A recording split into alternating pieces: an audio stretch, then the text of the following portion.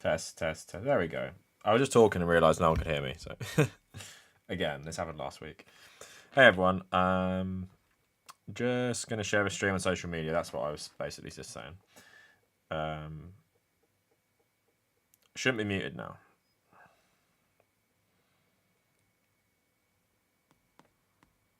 All right. So let's post this on the socials.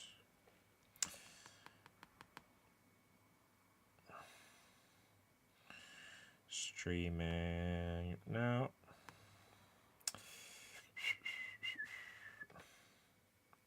Just post it on Instagram and then I'll be ready.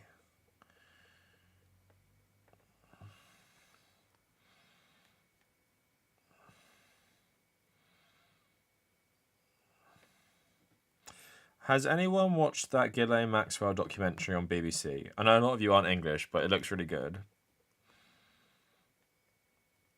It's like a 6-part one because her dad was like deep in bed with Israeli intelligence, but he also ran the News of the World and like fucking robbed the pension scheme. Is it Demon Time? Demon Time's after 11, so I guess it is. Oh man.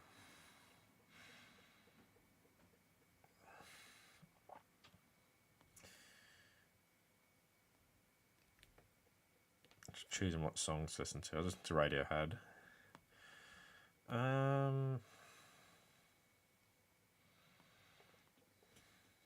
When I'm streaming, it doesn't really matter what I'm listening to because I never really actually concentrate on it. Beat You Beach. Hey, welcome to the first stream. Probably won't be the best one I've made. The ones last week I made pretty good. Hey, Yasin. Hey, Spooky Kitty. Anime Tanky and others. Thanks for joining. Yeah, so I kind of just want to talk about today. I'll wait a bit longer. More people to join. Just about the recent videos I've made on Bill Maher and Joe Rogan and why they're such fucking conservative boomers. I think Bill Maher technically is a boomer anyway. But someone in the comments on one of the videos was like, yeah, Joe Rogan isn't actually a boomer. And I'm like, yeah, he technically isn't one, but boomer is all in the mind. You can be Bernie Sanders, 80 years old and not be a boomer, or you can be Joe Rogan, 50-something years old and be a boomer.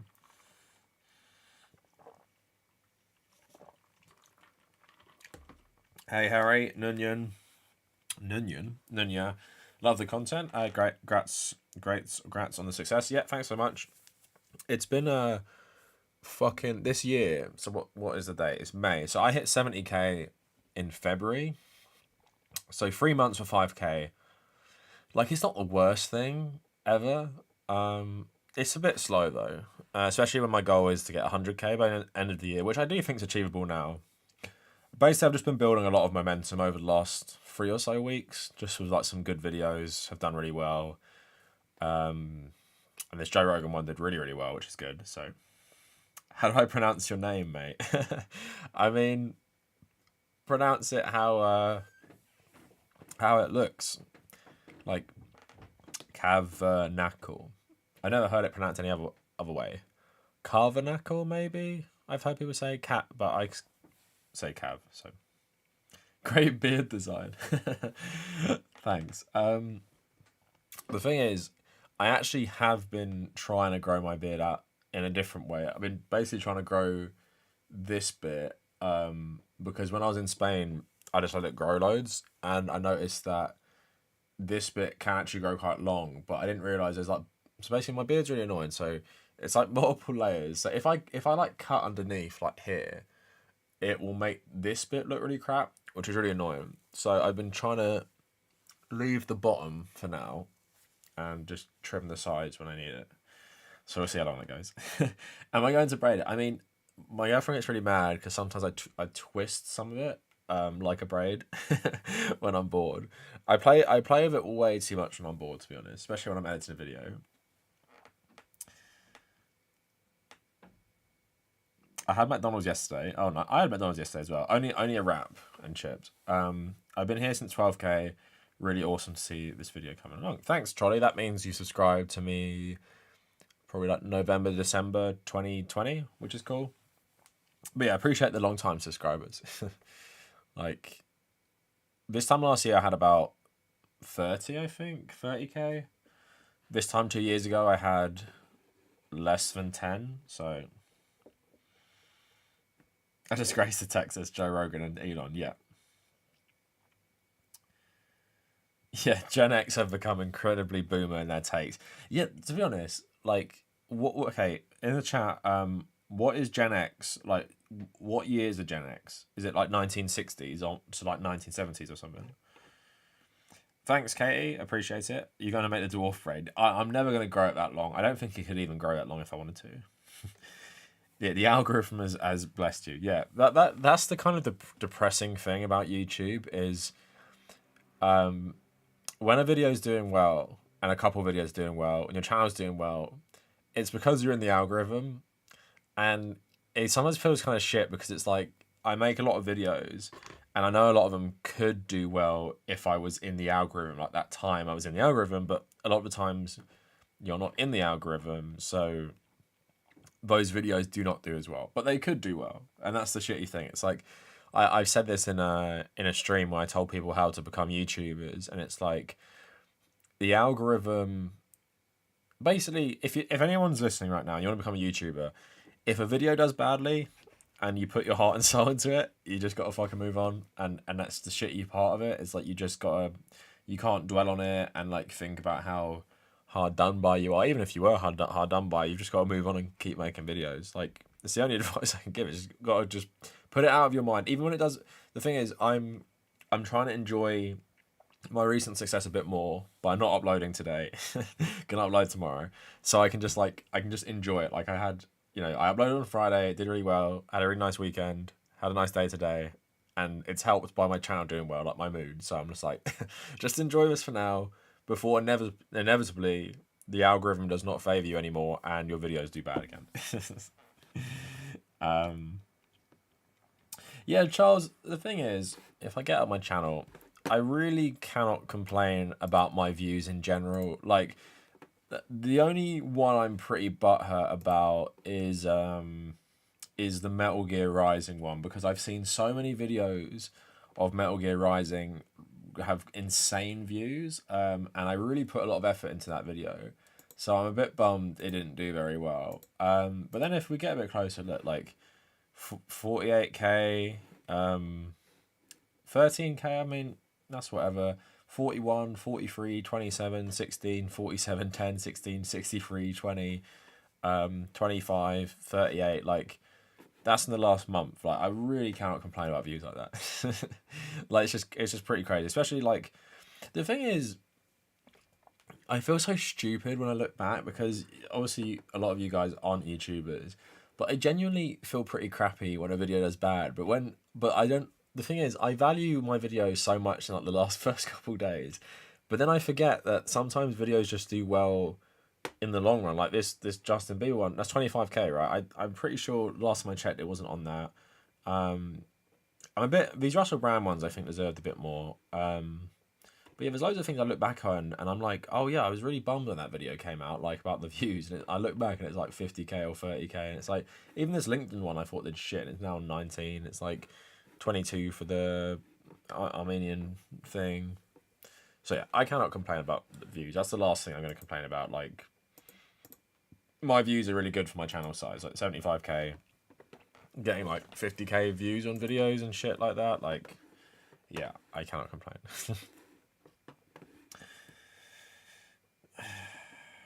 Sorry, I'm on top chat annoyingly. Let's go to live chat. So it's 65 to 1980, right? So my parents, I guess my parents are. Wait, is a baby boomer till 1965 then? So my parents are technically baby boomers. So my parents are both born before 65. But yeah, like it feels like baby boomers and Gen X people are also boomers by extension, where I think millennials and Gen Z have way more. So yeah, I think millennials, even older millennials, have way more in common with Gen Z than they do with Gen X. Honestly, because how many like liberals do you get, like Joe Rogan or Bill Maher, all these fuckers, like enlightened centrist types? Um, like how many, like how many proper leftists are there who are like in their 50s, like prominent ones? I can't think of too many.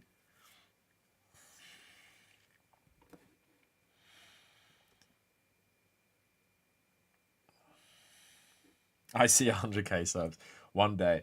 The bad thing is, I forgot the new chocolate orange, and I don't think I'm gonna have time to get one tomorrow. I promise everyone, I'm gonna buy a new chocolate orange. Let's have a look at the chocolate orange. I'm gonna buy a new chocolate orange on Wednesday, and what we're gonna do is, I'll just do it now.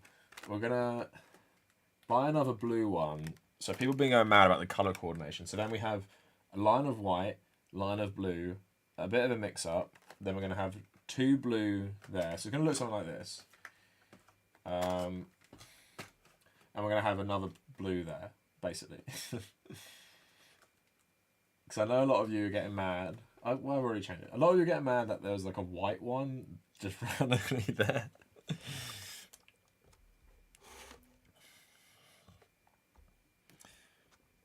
Oh, my parents are like literally on the verge of boomer. Jude, I have a secret for you. I'm not eating any of those chocolate oranges because some of them have been here for over a year, and let's just say my room gets very hot sometimes. And some of them are gonna go in for their second summer. So yeah, it doesn't really matter. The thing is, they have So if you guys don't know what these are, chocolate oranges, it's just chocolate flavored orange, but it's in the shape of an orange. So it's got foil wrapping and it's in plastic. So I'm sure, even in the heat, and it's in a cardboard casing, I'm sure I could eat. Okay, when does this one go off? 28/04/23. So that's good till next April. I'm pretty sure some of those ones at the bottom technically aren't good to eat, but probably wouldn't get sick from eating them. The white box is just white chocolate orange. Blue is milk chocolate, white and red is dark chocolate. My parents are late boom. Yeah, right. My parents are the same age, I'm pretty sure.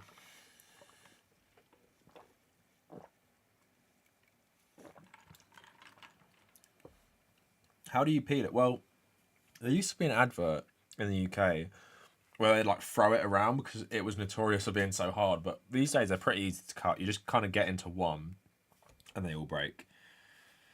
Yeah, Mr. Trolley, that sounds pretty disgusting. And yeah, like the cheapest chocolate in like Sainsbury's or Tesco isn't good to begin with. Are your parents leftist? Nah. My mum is like not very political. My dad is more like a lib, really. He's okay, but not nothing like me, really. I wouldn't say my dad has really influenced my politics, even though I can talk about politics with him and stuff and history. He likes like Obama and shit like that. And he likes more liberal people. Didn't like Jeremy Corbyn or anything particularly.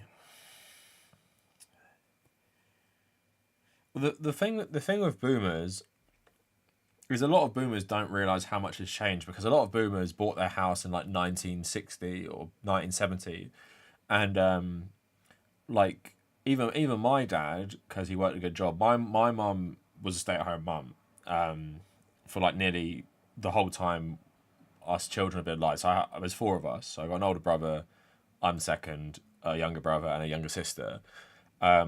So he's always just like worked in tech. So although my mum came from like pretty working class background, she was one of 10. My dad came from a bit more of a middle class background. All my grandparents were immigrants to England, but my granddad was an accountant, and my grandma, I don't know what she did, but I know her side of the family is the wealthiest side of my family. So they're always pretty well off. So my dad was one of like back in the 1980s. Not many people went to university. My dad went to university, and like got good education and stuff.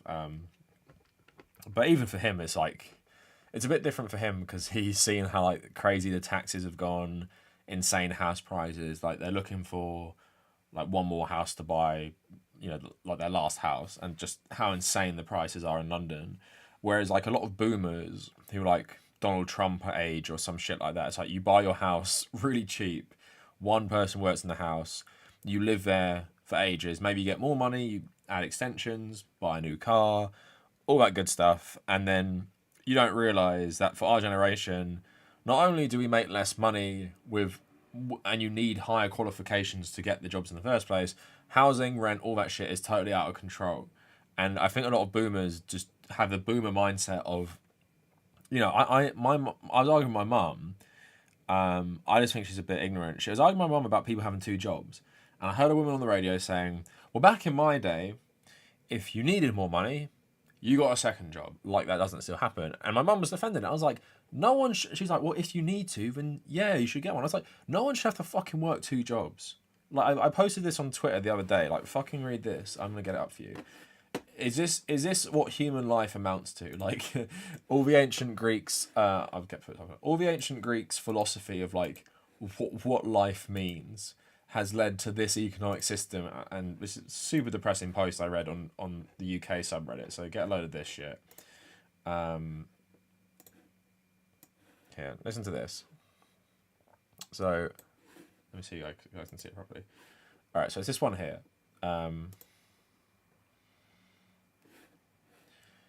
It's so depressing. I work two jobs just to eat toast or cereal for meals. I never have energy. I'm never happy. I feel guilty just buying things like vegetables. Feels like I've fallen down a hole and can't get out. Credit card just to pay my bills, right? Boomers are so brainwashed by liberal capitalism. They think this person here, their situation is somehow their fault. Like, if they can't get a job that pays more than both of these combined, well, that's go back to fucking school, like work harder, all this fucking shit. Like this person works harder than like so many people. Work two jobs, ruin your fucking life, have no free time, put yourself in a dreadful mental state so you can eat toast or cereal for your meals. And that capitalism is great, isn't it? Capitalism is great. If I can destroy your body for profit and you can eat fucking cereal for dinner, again, it's like, you know, so fucking like this. But this the boomer mindset isn't like when they read something like this, it isn't like that's shitty. And maybe some boomers can agree that is, you know, no one should have to do that. Like some boomers will agree, no one has to do that. But then what is their solution to this shit? And that's the thing. Like a lot of boomers still believe in like, you know, individualism and personal responsibility are like responsible for stuff like this. Whereas for me, it's like clearly this person is not being paid enough. Clearly things are way too fucking expensive. Clearly housing and rent is way too expensive. Clearly there's solutions to these problems like nationalisation of energy companies, rent caps, more public housing for people who need it, who fall on hard times, some sort of UBI that stacks based on numerous factors that, you know, make you poor or something like that. But then it's like, you know, boomers, like Joe Rogan's clip here, we were playing it for the video, where he comes out against UBI, basically saying the pandemic convinced him that UBI is a bad idea because people just don't want to work if they get like $1,000 for the government once. It's such a load of bullshit. Like, most people in America got more from Donald Trump than they did from Joe Biden, and they just quit their jobs because $1,000 or whatever the fuck it was is enough just to never work again or something. So yeah, it's just absolute like ridiculous. And I said in the video, 1,000 UBI a month when the average rent in America is 1.9k. It wouldn't even be enough to pay your rent pretty much. And he's saying, multi-millionaire, 200 million exclusive Spotify deal, that UBI will make you lazy. And the thing is, someone wrote in the comments of this, it's like, well, I'm a leftist and I don't agree with UBI either. And yeah, in theory, I don't agree with UBI either because I believe UBI is a general subsidy for consumer capitalism, right? Like UBI clearly is specifically not necessarily to help average people survive.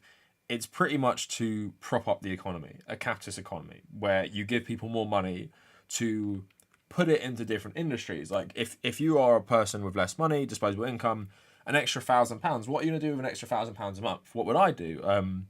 Maybe buy more video games, buy more clothes. Maybe I'd go out to dinner more. Maybe I'd go to the cinema more. Maybe I'd do all these things.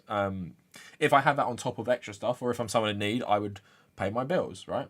So all of that money is not sitting in your bank account for most people. It's going on actual stuff. So essentially, it's a stimulant for the consumer capitalism. But I, of course, will take that rather than no UBI, because I do want people to live a better life. But then my version of the future, people don't need money. People don't need UBI. Like, your needs are met. And even if we have some sort of, trade, it is not based on capitalism. It's not based on something made up like money, basically. Especially, money used to be this piece of metal. We agree it's worth something. Now it's like just numbers on a screen, isn't it? So it's just, but yeah, I would still agree with it. And there's more socialistic versions of UBI where everyone gets a certain amount, because there's a libertarian form of UBI where essentially, like Andrew Yang was saying, $1.2k a month replaces everything. Like, unemployment, welfare, child tax credits, or whatever it's called in America. Where my version, and like the socialistic version or more socialistic version, pushed by like the socialist MPs and Labour Party, is like, everyone gets this.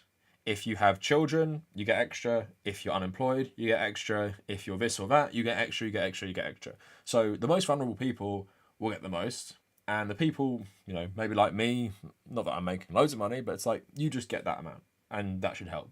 And I think that's a lot of a better idea than everyone gets 1,000, case closed.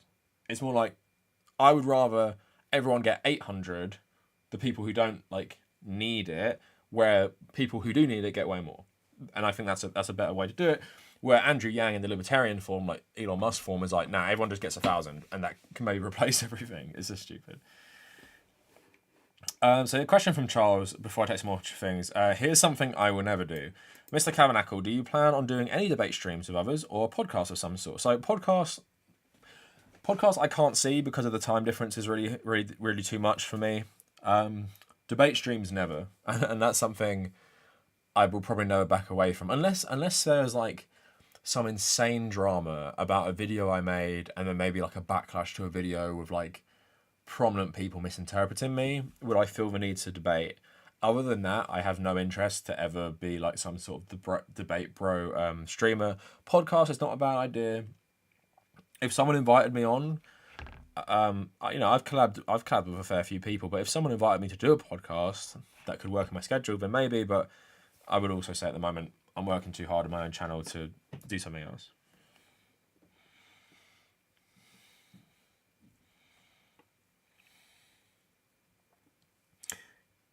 Yeah, Katie, your dad sounds like a decent guy. He actually kind of reminds me of my dad, to be honest.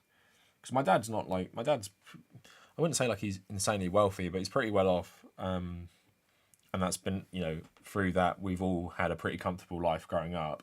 Not that he spoiled us rotten or anything. It's like, he wouldn't just buy you shit because he could. It'd be like, no, you get something on your birthday or Christmas, but you're not just going to get some new shit randomly.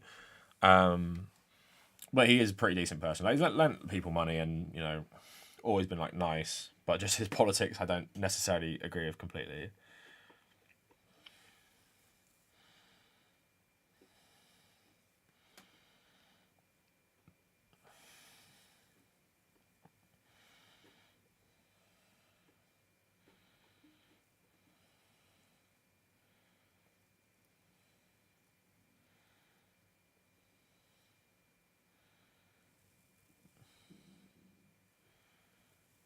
So I'm just reading some more comments.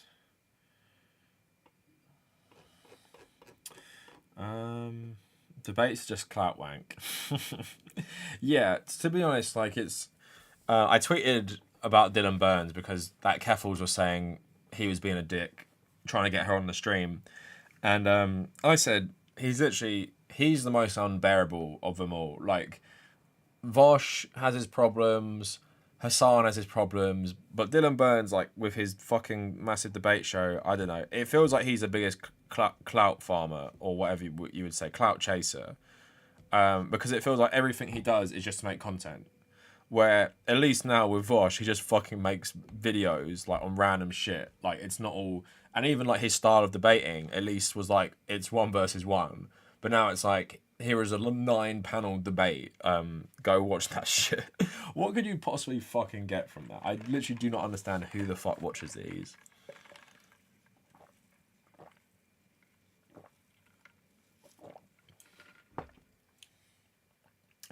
Foreign policy expert. Foreign policy expert in the first year of his international relations undergrad.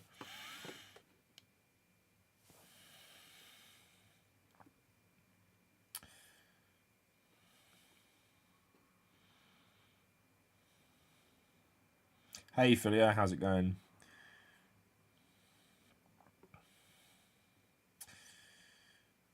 Would you maybe go with Dylan or Vosh? Well, I mean, Dylan Burns asked me to come on one time. I just fucking ignored it. I mean, I wouldn't necessarily debate Vosh on anything. I'd maybe be open to talking to him about something, but I still would be a bit. The only reason I would is because a lot of people who watch both of us, like, he's like the number one person my subscribers watch apart from me. So maybe people would want to see it. But the thing is with people, like, I wrote this on Twitter as well, I'm pretty, like, neutral on most content creators in that I view it as this is just another guy on his stream saying shit. So I don't really care. And I've also tried to stop caring as well, because people like Adam something, sometimes that loner box guy, Vosh, Dylan Burns, their takes just sometimes break my brain and really infuriate me. And I've muted I've muted basically, even though me and Vosh follow each other, I've muted him off Twitter. Because I just do not want, and it's nothing he's even done against me. I just don't want to see it. I don't want to see the drama. I don't want to see these hot takes about Ukraine. I don't want to see the fucking, I don't even know what they're talking about these days, like that, King Cat Pride shit. I just don't care. Like, I don't want to see it. I don't even know what's going on, and I want to keep it that way, really, because I feel like it just plays into an ecosystem where online politics, instead of potentially being about education or entertainment in the form of good content rather than drama, it's literally just drama as a form of entertainment with a political aesthetic. Because the way people talk about these streamers is just fucking embarrassing to me. It's like, how can you be so invested in these people? They're just like me, random ass people. Like, there's nothing special about most of them, in that the only thing that makes them different from your average person is, as a baseline, they can articulate themselves quite well, right? There's nothing that really links us in terms of the educational background. Most of us don't have the same educational background, if we have any at all. There's nothing really links us in terms of, nationality a lot of the time as well, or background. Like, Dylan Burns in America and Vosh are like really American in my opinion. Where like other people, I mean, like that's why people like Hasan are a bit more interesting, just because of the Turkish stuff. And the one thing I would say about Hasan, even though I think his React content shit, and I think his reaction to being criticised for that is really shitty, I will say I do like his takes on foreign policy, in the sense that even if he's not always right and he's pretty arrogant, he's at least willing to go against like the US centric narrative, which I feel like a lot of American leftists still haven't shaken off. A lot of American exceptionalism. And Dylan Burns and Vosh aren't the same, obviously, but people like Dylan Burns, in my opinion, just like straight up like Western chauvinists. Even if I don't think they are, like they really remind me of people like Sam Harris and like those types of new atheists. Where like the US being the policeman for democracy and equal rights is a good thing. Like, let's go invade. I'm not saying they're saying this, but like it's the type of mindset where you saw people freaking out about the Taliban retaking Afghanistan. They're like, well, we've got to do something. We've got to protect the women of Afghanistan. And then the thing is, people are like really naive, aren't they? So it's like, you say something like, we've got to protect the women of Afghanistan. It seems like a very politically or even like morally, like that's a good thing, right? We've got to protect women from oppression. But the problem being is, if you strip that back, it's like, well, who did Afghans put in the government themselves before the Soviets came Who did they put in government who enacted policies to help women's rights? Oh, yeah, the Afghan Communist Party. The Afghan Communist Party, remember, wasn't totally backed by the Soviet Union until like 1979. They overthrew the government and the monarchy themselves. But who helped destroy that government? The United States. The United States funded warlords and militiamen who were just like to carry out awful abuses on women. There were feminist organizations in Afghanistan before the US invaded who they ignored, right? Who have constantly maintained the US presence there does no good for women in Afghanistan. But then, not saying it's any of these streamers I'm talking about, but like the lib brain is, well, I'm horrified at this. US, please step in and do something. Not realizing that the US have largely created this problem in the first place. Like, this problem would not be a thing if the US didn't undermine actual secular government trying to help women in Afghanistan, which the communists were doing. Like I said, and people would say, well, what about the Soviet Union invading Afghanistan? They did that before. The reason there was a rebellion against the communist government in the first place was because of the secular reforms, particularly about making women more equal. It wasn't like perfect or anything, but letting women do like teaching jobs and things that weren't like very common in Afghanistan at the time. So that's like I think a problem with a lot of liberal types is they see the moral center is the US, right? The US has to do something for good. Like the US can be a force for good if it wants to be. Where we all know, I cannot even name one situation where the US has essentially been a force for good, apart from maybe the Second World War. Like, is there one? Like, is there an example where the US has intervened out of? Because the thing is, even a lot of the reason why a lot of Iraqis turned on the US, even if they supported the invasion, is because they said, well, you've overthrown Saddam Hussein, now leave. Like, literally, there were Iraqis who supported the US invasion who then started fighting the US afterwards because they're like, get out, basically. And there was lots of Shia militias, obviously, who'd been oppressed by Saddam Hussein, who started insurgency campaigns against the US before Al-Qaeda got to Iraq. So it's like, this is the problem with a lib brain, and I've said this before in other streams, is that basically their take is, yes, US bad, I admit US is bad, but Russia worse, China worse, therefore I support the US hegemony of the world. Because if we don't have that, then Russia will do it, then China will do it. And in my opinion, they're worse. And I've always said the problem with that logic is, even if you admit that Russia domestically is worse than the United States, although I'd say it's hard to say what is worse in terms of why they're bad is very, very different from each other. The Russia is obviously bad because it's an authoritarian, extremely nationalistic oligarchy, dictatorship, right? That's why Russia is bad. But the US is bad because it's essentially an oligarchy with the facade of democracy, and it's also literally the biggest imperial power in the world and the biggest capitalist power. Literally holds the whole capitalist world together with its policies. So why the others, Russia might be worse, the US does more harm in the world, I'm comfortable saying that even with what's happening in Ukraine right now, because Russia and China, even if we admit they're domestically worse, which I think that would be an interesting debate for all sides, you can't deny that these countries just do not have the same damaging impact on the world, than the US does.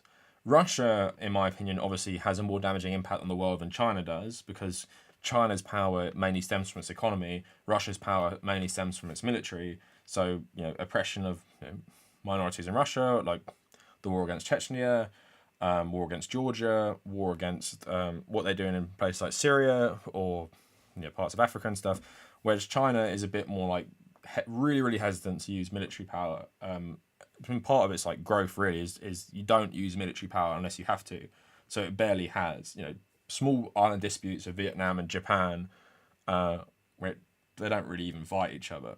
So that's my problem with the liberal like hive. I wouldn't even call it hive mind, but it's like they can't understand. For a lot of people, America is the bad guy, and even for me myself, America is the number one enemy of anti-capitalists. If you're an anti-capitalist, your main focus in terms of dismantling capitalism is the US like dominance of that system, because China does have a massive hold in that system. China is very necessary for global capitalism, but China doesn't exist as the controller of global capitalism. At least it doesn't right now. Maybe it will in 40 years' time. It doesn't right now. Russia definitely isn't in any position of power in terms of the global capitalist institutions. In terms of its output of natural resources and things like wheat, yeah, it's a very key player in the world economy. Russia, Ukraine, places like that, of course. Natural gas is a big one from Russia. Weapons and stuff for countries like India or Turkey sometimes. Katie, thanks so much for the $10. Okay, time for a hot take. These online lefties who are full of American exceptionalism are 2 steps away from leaving the left at all times because they cannot decolonize their mindsets. Yeah, Katie, I do agree with that, and it's like the drama that they stir up about things in terms of, especially to do with black liberation, is insane sometimes. Like what they accuse people of, like calling black nationalists white, like you're no better than a white nationalist if you're a black nationalist, and it's like they're literally not even the fucking same thing. Like there are black nationalists who aren't Louis Farrakhan, for example. Like I made a whole video about this like over 2 years ago. But yeah, I definitely agree with you in terms of even this conversation about patriotic socialists is the dumbest shit I've ever seen, especially coming from countries built on colonialism and settler colonialism, because it's like patriotic socialism for me can only exist in a country that is oppressed, and it's oppressed people rising up. So Irish patriotic socialism did make sense at the time of the Irish uprising against the British, right? It's a country that was colonized for like 800 years, and they're trying to create a new nation state, maybe based on some like historic ideals, but it's very much like a new nation state. Cuba is another good example as well. Like they're trying to create a new nation that completely rejects like its colonialization. Like it's like these plantations that are essentially run by African slaves still. That is not Cuba. Cuba is us rising up and making a new Cuba for ourselves. Same with China, same with Vietnam, and it can be based sometimes on historical precedent. But saying that you're like a patriotic socialist of America, what are you fucking patriotic of? You're patriotic of it being literally the country that created the modern capitalist system and perpetuates the global capitalist system. The country built on like genocide of native peoples, racism, slavery, and all these different things. Because in my mind, if you're a white American who's a patriotic socialist, that literally makes no sense to me.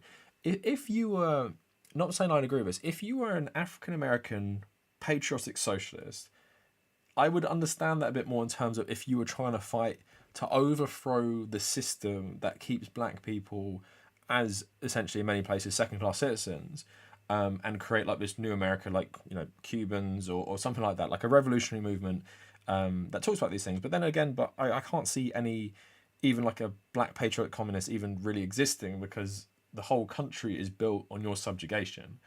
So the whole idea of America as it's constructed today, I just don't think it's compatible with socialism at all. And there's some examples of maybe countries that do exist where you could have this. There's obviously a very, very strong socialist, or there has been in the last 200 years, a strong socialist movement in Britain. A lot of these people weren't necessarily anti-patriots or anything. They weren't anti-British or they weren't anti-English. A lot of what, and let's ignore the empire for a bit, because it is relevant, but England's construction itself is made on a bit, it's formed in a bit of a different way to the United States. Can I understand why someone would be like an English patriotic communist? I think there's like a good deal of romanticism about what England used to be like 1,000 years ago, where it's kind of like we want to go like maybe back to that in some ways, but I still think it's kind of weird considering what England has done to its neighbours. And I'd understand it maybe a bit more if an English patriotic communist was also an advocate for the dissolution of the United Kingdom. That would make more sense to me. If you're like, what we have done to Wales and Scotland, or not so much Scotland, what we've done to Wales and Ireland is fucked up.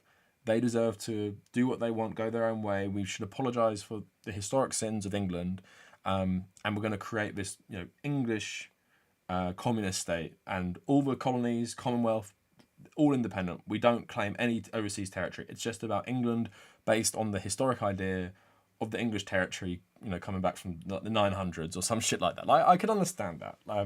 But with America, it's like, no, the whole American landmass, America was 13 colonies. It's now 50. Some of its territories is in the middle of the fucking Pacific Ocean, like Hawaii or like American Samoa and all, and used to be the Philippines, Puerto Rico. And it's like, you cannot divorce the whole construct of America from Jim Crow, slavery, genocide. The same with Israel as well. Israel, Canada, Australia. You cannot divorce those landmasses from these histories of settler colonialism and apartheid. So I can understand to a lesser extent how you could maybe be some sort of like English patriot communist. I think there is something that makes a bit more sense with that. There is nothing that makes sense with and the English communist would have to also be like someone who's willing to do reparations to a lot of his colonies, right?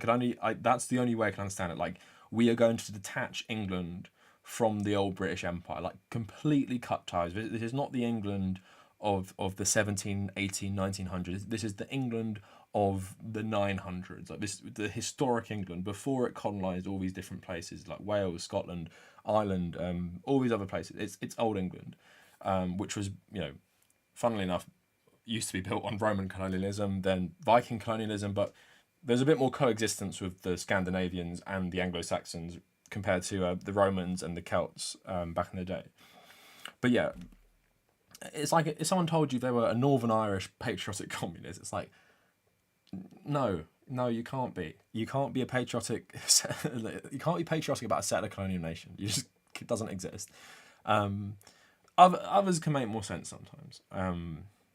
Or if you're like rejecting oppression and creating a new nation state and like completely dismantling the system, like that's why maybe I can understand an English communist a bit more rather than an American communist.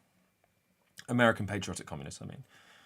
Because like you can say like America is guilty of imperialism, England is guilty of imperialism, but I think because of the landmass of America, it's just that much harder to divorce that. Like, what you're going to say, like, all that native land still belongs to us. Like, that's still ours, even though we're communists, patriotic communists, right? If you were an American patriotic communist, the only way I can't even imagine it. You'd have to overthrow the entire state and get rid of America as a nation state.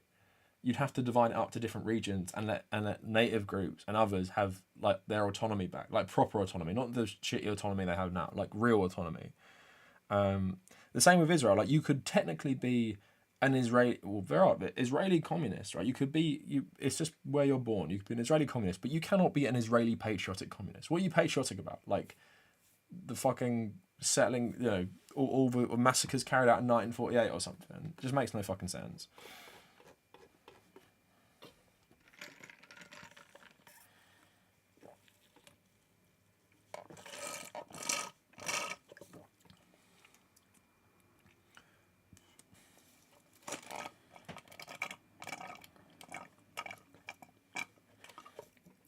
I guess, Katie, my point is there is an idea of an English nation historically that is not part of the British Empire. I think that's my point. Is like there is an idea of England that could be used in patriotism that has nothing to do with genocide, ethnic cleansing, settler colonialism. Essentially, really, like there's a period in England which is not harmonious, but like relatively like not based on these things. So I can understand someone being like, we got to get back to this. Whereas in America, like even if you like, well, the 13 colonies, it's like, yeah, but they're still based on slavery, genocide, and everything like that. You can't. They weren't just like empty land masses, were they? Like where the Americans came and like, it's not like fucking Iceland or something. Like there was no one there. Like, could you be a patriotic Icelandic communist? Perhaps you could.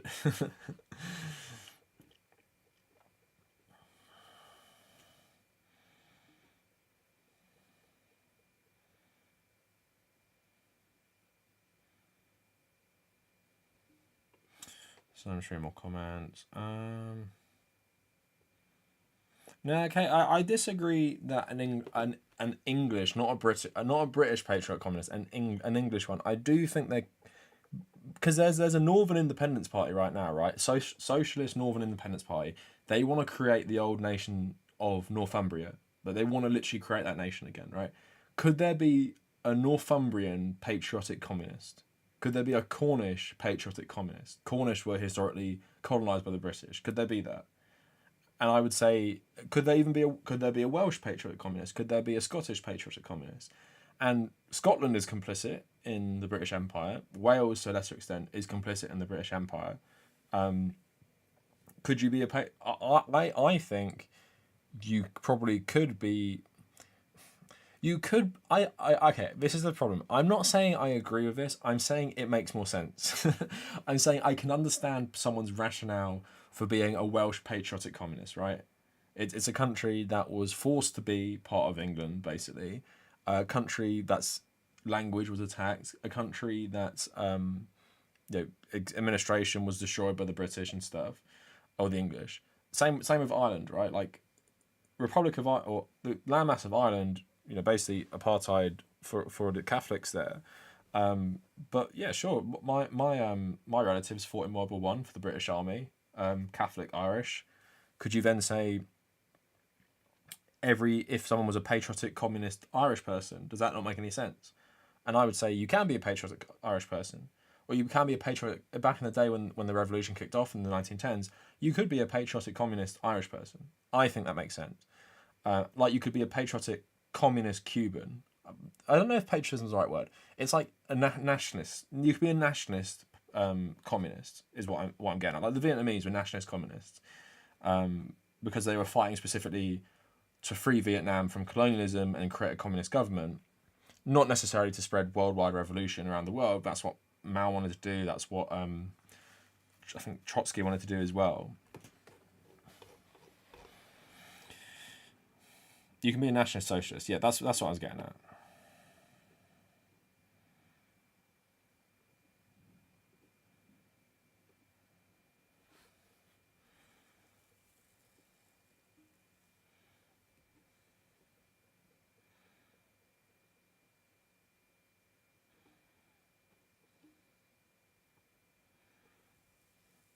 I'm just reading some comments.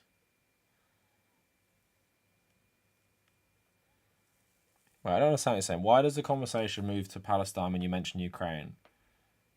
I mean, I don't remember talking about either of them together just now.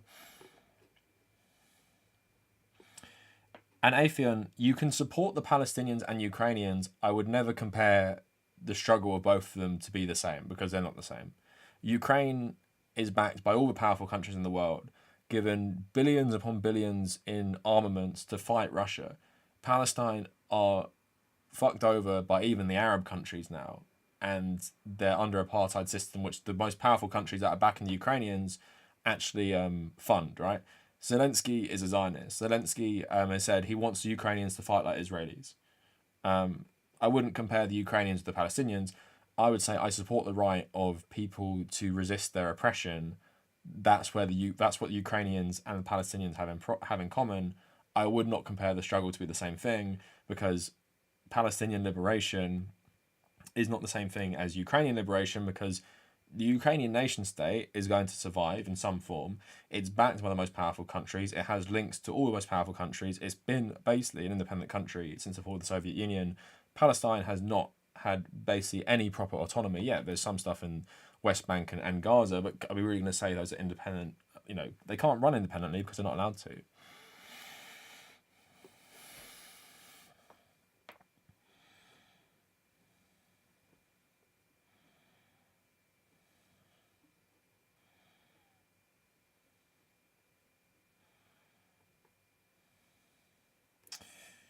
Just reading more comments.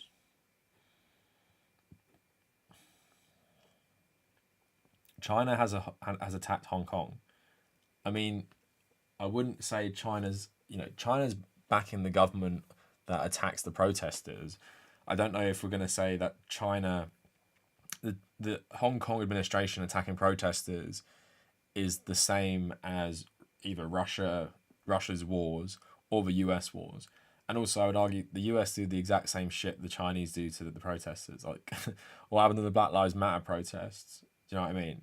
We talk about Cuba cracking down on protests when the American crackdown is far worse and kills way more people. I mean, yeah, I'm not saying it's a good thing, but I think it's silly to say China it does more damage on the world violently because the administration of Hong Kong, backed by China, cracks down on protesters. Like, it's not the same thing as what the US does in like Somalia, Libya, Syria, you know, and historically like Iraq and Afghanistan.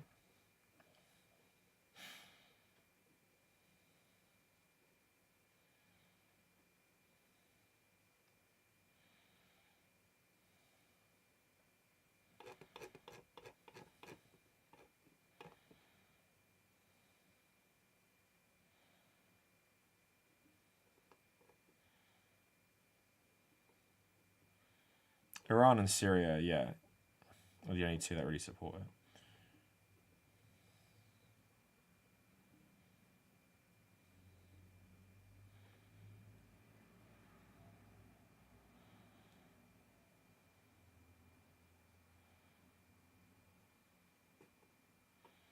Yeah, but Athan, are you arguing that the US should intervene in the war? Like, the Ukrainian military are doing well.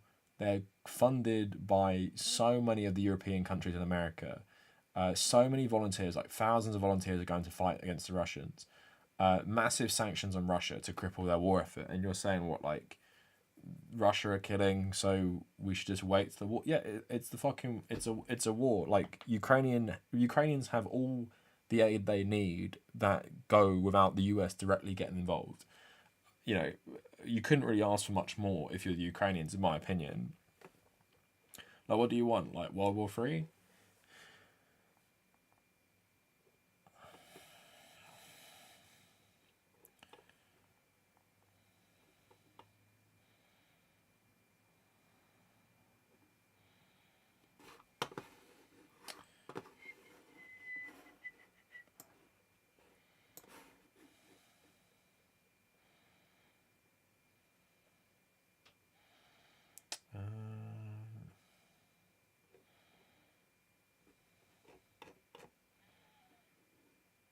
We need American troops in the ground in Ukraine now. I mean, yeah, be so shitty for the world.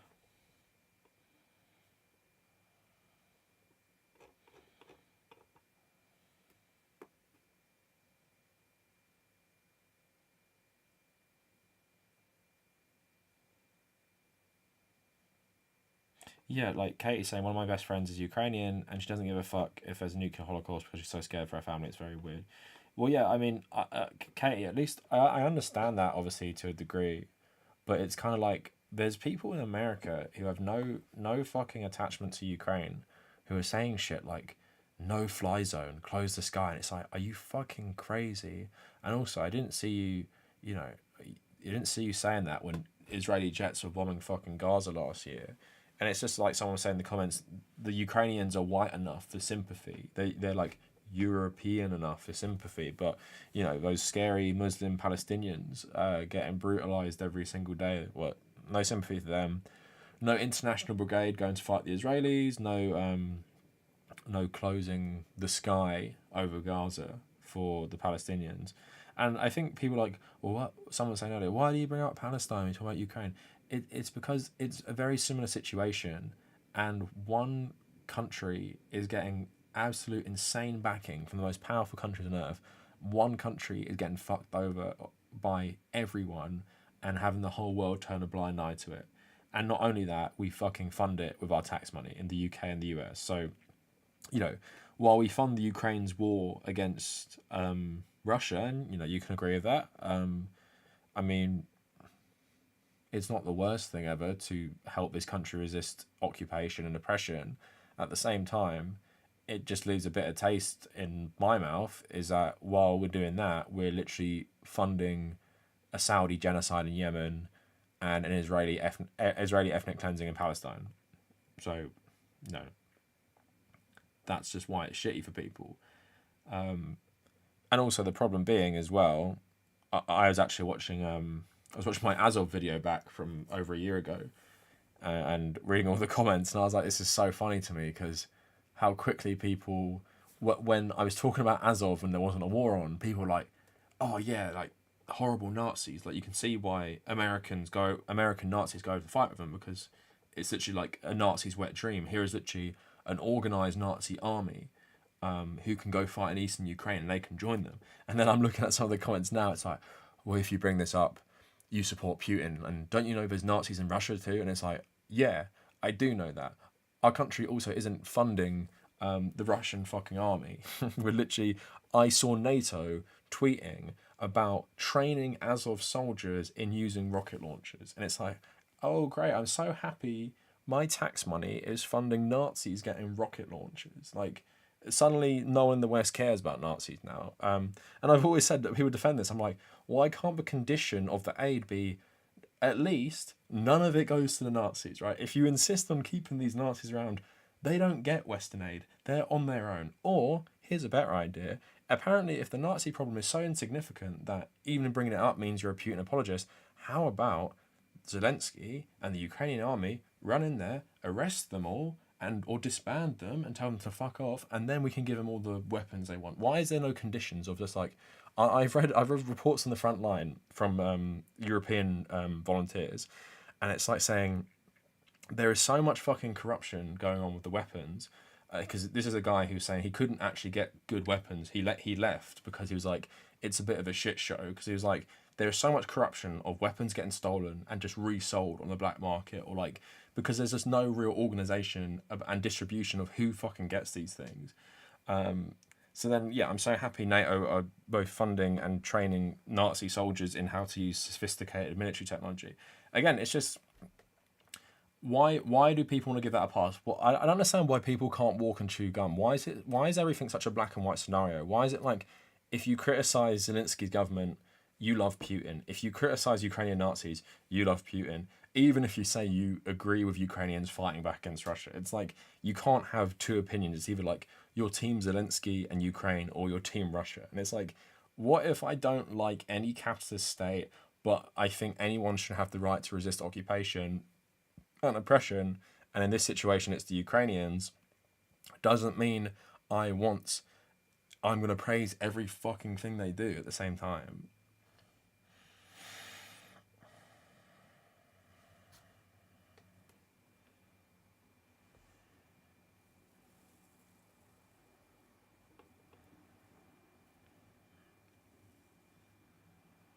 No, Leper, the Azov regiment was became part of the Ukrainian National Guard in 2014. It formed as an independent Nazi regiment during the first like the separatist movement in eastern Ukraine in 2014. But then the government rewarded them by putting them into the actual military.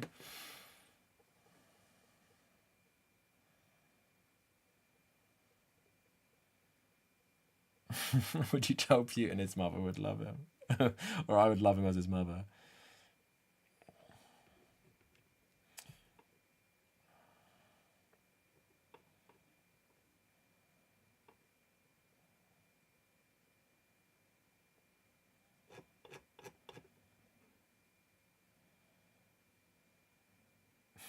Katie, people get so confused in my videos. I'm like, oh yeah, like that person has a Ukrainian flag in their bio. Like, you can just disregard their opinion. And I think people don't realize what I'm saying. So people are like, oh, what, you support Russia then? I was like, no, I don't support Russia. But having a Ukrainian flag in your Twitter name and bio, in my opinion, having the only flag in your bio, let's have a nuanced discussion about this. I think it shows how naive you are about the world, because I remember this happened with, you remember the Paris terrorist attacks, right? And everyone on Facebook was changing their flag to a picture of the French flag, right? All lovely. Solidarity with France. But then the problem being, well, you know, you're doing this now, but when, like we say, Palestine or US wars in Iraq and Afghanistan, well, there's no Afghanistan flag when the US bombs in an Afghan hospital. There's no Afghanistan flag when the US massacres Afghan civilians. There's no Iraq flag when the US kills civilians there. There's no Palestinian flag when the Israelis kill civilians there. It's just a French flag. So it's just like a very Eurocentric view of things. So the Ukrainian flag is an extension of that, right? I'll have a Ukrainian flag, but I'd never put another flag. I'd never have solidarity with Yemen or Israel and stuff. So in my opinion, I'm against nation states anyway, so I'm probably not going to do it regardless. I'm probably, you know, I wouldn't put any flag in my bio, I don't think, but the Palestinian one makes a bit more sense to me than some of the others.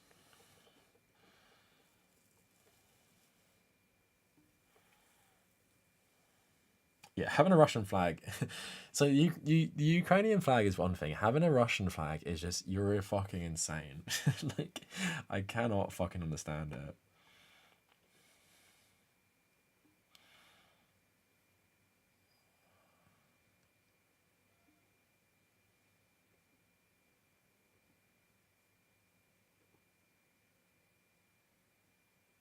Yeah, but Jay Z, no, they don't need to help now.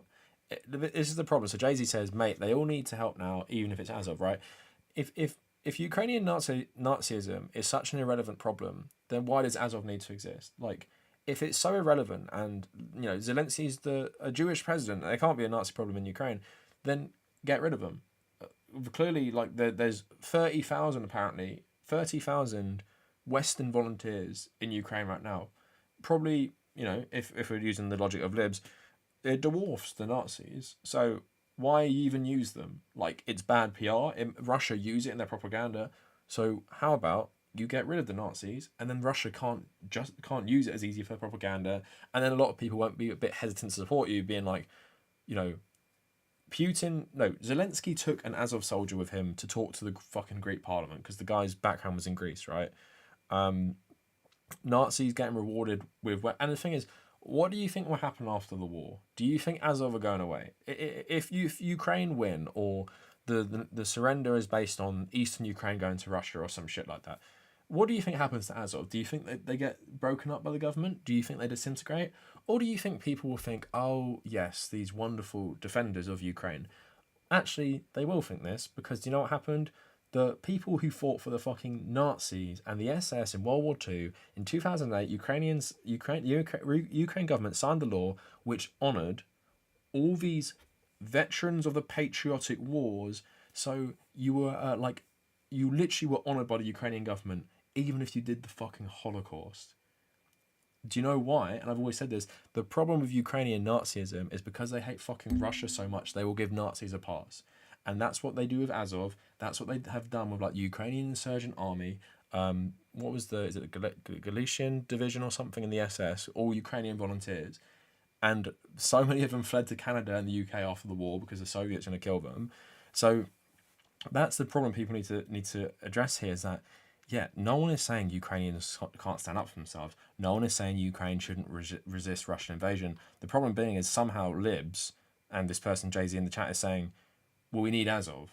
But then you've got to pick a side. Either Ukrainian Nazism is so irrelevant that Azov is so fringe and its supporters are so fringe, it really does not matter at all to the war effort. So get rid of them, right? I don't understand why. Just get rid of them. If it's so irrelevant, like 2,000 fighters or something, then who cares? Like disband them, tell them to go somewhere else, or join local defense forces, break up an actual Nazi militia. Or it's actually a real problem and you can't actually break them up because then the people might actually start turning on the Ukrainian government because, like I've said, there are significant elements in the government that honour Nazis. If you start breaking up the Nazi regiments, a lot of people aren't going to be very happy. So you've got to pick one. Either Nazis aren't a problem and we should break them up, or Nazis are a problem and it would actually be hard to break them up because Ukraine does actually have a very significant problem with Nazism. Not that it justifies any sort of fucking invasion, of course it doesn't, but it's like people can have an opinion of arming Nazis is bad, arming Ukrainians generally isn't necessarily a bad thing. Like, is not a position you can hold? Do we have to be like, well, if you give the official Ukrainian military weapons, that therefore means NATO has to train like actual Nazis guilty of war crimes. Like people need to remember, Azov didn't just spring up a couple months ago, and they were Nazis, but they hadn't done anything bad. This is a group of people that has committed ethnic cleansing, right? And you're giving them high tech weapons, and we're meant to be okay with it. Does no one remember like Afghanistan in the 80s? What, you just fucking give weapons to every insane Islamic extremist, and then think it doesn't come out to bite you later. It's just so short sighted. Who's Rainer?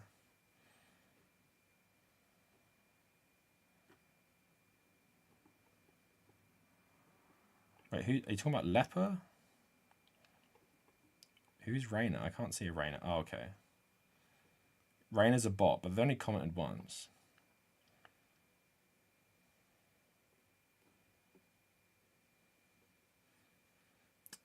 Jay-Z, I highly, highly doubt Azov will go quietly even if they were disbanded. And the problem is, people are like, well, the Nazis didn't get elected. Do people ever heard of a little thing called Golden Dawn? Golden Dawn, who were a bunch of football hooligans who were notorious for just beating up Afghan and Pakistani refugees, who then became the third biggest political party in Greece, right? And it's like, you think that a hardcore regiment of Ukrainian Nazi nationalists who literally have fought Russians for years, you don't think there's not potential for them to become a political force after the war? I'd say you're very naive if you don't think that, when all it took for Greek Nazis to get into parliament was an economic recession, where Ukraine has been decimated by Russian invasion, right? And you think that it's not dangerous to fund Nazi groups who could potentially become a significant political force after the war, because why wouldn't they? A country that already honours people who fought for the Nazis, like, I'm not even talking about like they were Nazis who fought, they literally collaborated with the SS. Sometimes they fought the Nazis, a lot of the time they fought the SS, honoured by the government. You can wear their flags around Ukraine, no problem. You can have statues to these people. And you think there isn't a climate there where a new group, who are just like this old group, have defended Ukraine, like defended Ukraine from Russia. You think this group are just going to be like happily, Zelensky will be like, yes, you guys will go, arrest them, arrest these Nazis. Ukraine banned communism 7 years ago, and you think this is a country that is going to be horrified by Nazi defenders of... Again, I think it's insanely short-sighted. I think Joe Biden, if he actually gave a shit about, if America even gave a shit about being anti-Nazi, should have said, this Azov thing, you can't have them. And like I said, libs telling me they're irrelevant, they don't matter. Okay, who cares? Like I said, disband them now. You're giving Ukraine $40 billion. That's not a price you can pay. 2,000 men, 1,000 men of 1,000 Nazis you can't get rid of. And that goes, I'm being a bit, making an argument, because I also know there are a ton of fucking Nazis in the Ukrainian military who aren't in Azov, because they all love wearing the fucking SS insignias and the Black Suns. Is Azov considered victims of communism? Well, Ukrainian Nazis are actually considered victims of communism, along with the actual fucking Nazi Germans as well, which makes victims of communism such a load of bullshit. Leper, I hate this argument. All military forces have Nazis. Please give me another example of a Western aligned military that has an explicit Nazi regiment that has a black sun with a swastika on top of it that get put into the Ukrainian National Guard. Please give me an example of like the Proud Boys being folded into the US military, or the fucking, what is that fucking the Oath Breakers or some fucking shit. Like, imagine a US Nazi militia getting folded into the US military. That's what we're talking about. We're not talking about random ass, or we are talking about this as well, but like, we're not talking about like American soldiers who get caught with like Mein Kampf and a swastika or some shit, like maybe like a very minority. We're literally talking about a group of people who fought the Russians and then got rewarded with tanks and better weapons and put into the Ukrainian National Guard. Please tell me another country that's done something like this. Like, even Russia isn't stupid enough to put their Nazi militias in the actual army, right? Of course, I know Russia back loads of Nazi groups across Europe. Russia have their own Nazi militias that have fought in Donbass as well. The thing is, Russia doesn't officially adopt them. And obviously it's smart, because if you're saying you're going to fucking denazify Ukraine, if you had official Nazi groups in your National Guard, you'd be fucked. But like, the Wagner Group, others like that, Russia backs a lot of Nazi groups. But I cannot, please tell me another European country which has seen, like I said this in my video on Azov over a year ago, I said in the video, I was like, this is a Nazi's wet dream. Literally fighting as a Nazi militia, like organic Nazi militia together, and your reward is being put in the official army. Like, can you imagine? I can't even think. Can you imagine, like, what's a US Nazi group? Can you imagine, like, US Nazis going to fight in Iraq or some shit, like, as independent contractors or mercenaries, and then the US are like, we loved you so much, come in our army. And the thing is, US is very fascistic sometimes in its wars, but I'm saying the optics of actually putting out and out Nazis in your army is something I can't think a lot of Western militaries would ever do. Like the UK, in the UK, it's fucking illegal to be a Nazi. Like you wouldn't get this. Like I'm saying, I'm not defending Western imperialism and Western armies, but it's like you cannot be an explicit Nazi and join the Western military pretty much, apart from Ukraine.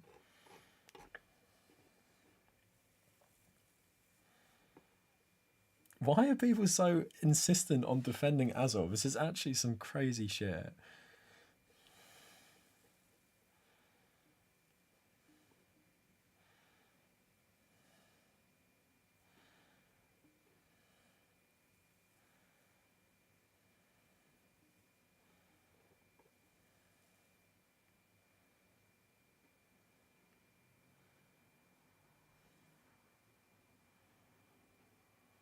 Yeah, so this is a different problem, right? So proletariat says a lot of white supremacists have infiltrated the cops military in the US. Yeah, I agree with that. And of course, the fucking American police force is fascist as fuck. My main point is just from an optics standpoint. Yeah, I know this has been a massive problem for years. Like white nationalists infiltrating the US military, it's been happening for ages, and it is often a coordinated attempt by these groups to do this. The problem being is Azov didn't even have to hide it. They literally were like, we are Nazis. Like, we believe in the Nazi ideology. We've ethnically cleansed areas of Ukraine because they don't fit in our Nazi ideology. The Ukrainian government knew that and rewarded them. That's the difference, right? It's like the white nationalist infiltration of different branches of the US like government and military and stuff is obviously like a massive problem. Like people were saying, you get Nazis in every military. Of course you do. I'm not even debating that. The difference being, a lot of the time if you get caught being a Nazi in the US or UK military, you're getting kicked out. If you're in the UK military, you're going to prison. This has actually happened recently. Some guy was caught being a Nazi in the UK military and the UK police, and he went to prison because you're literally not even allowed to be that in England.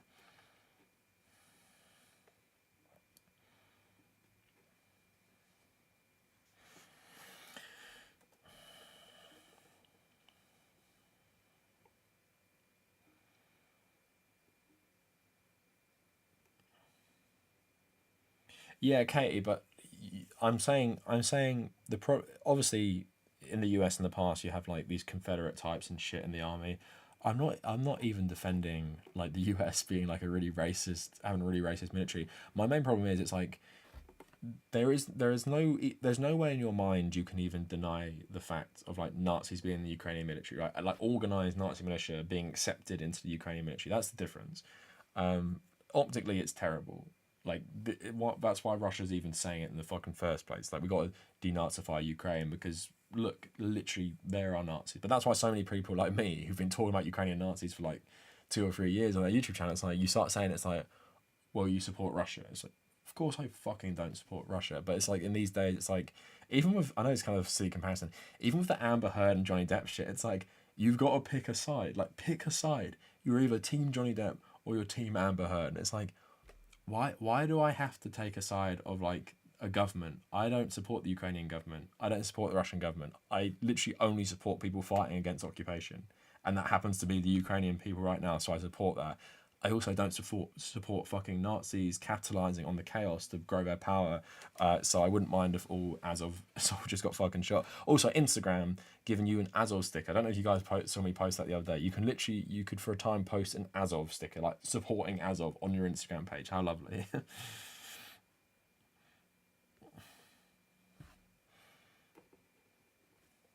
Either Pirate 6 or Aquaman 2. Yeah, what?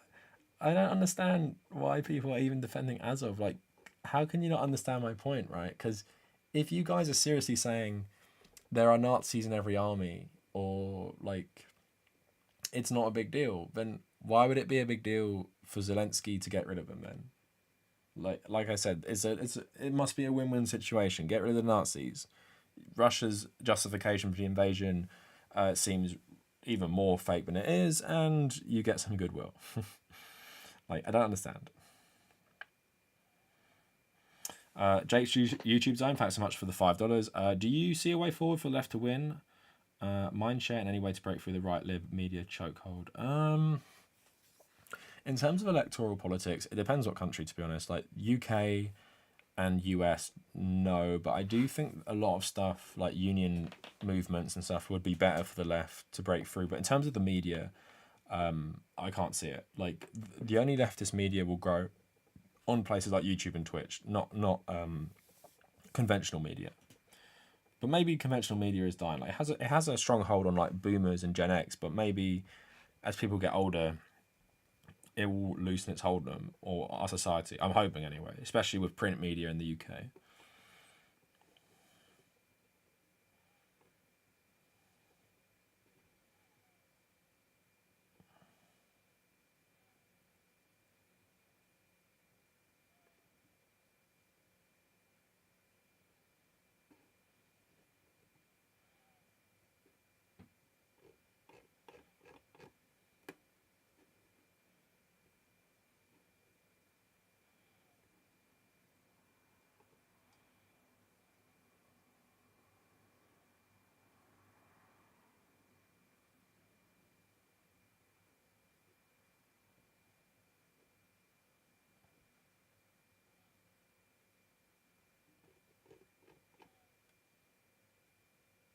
China, Leper. I don't know if you're just like a Western chauvinist, but you're defending Azov, and then you're saying China is Han nationalist ethno state.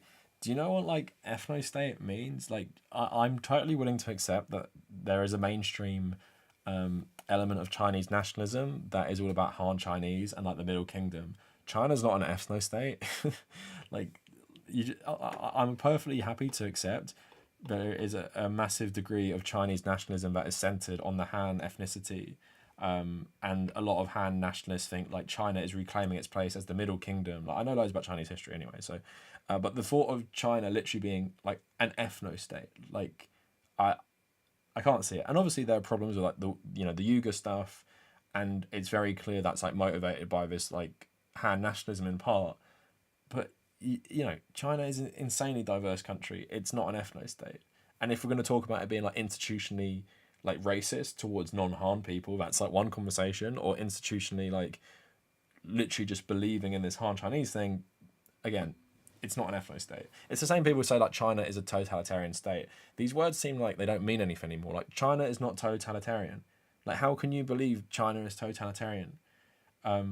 For one thing, you can just fucking leave. Like in a lot of totalitarian countries, or even like Mao's China back in the day, you couldn't even visit a different region. And now Chinese people can do whatever the fuck they want. They can go wherever they want.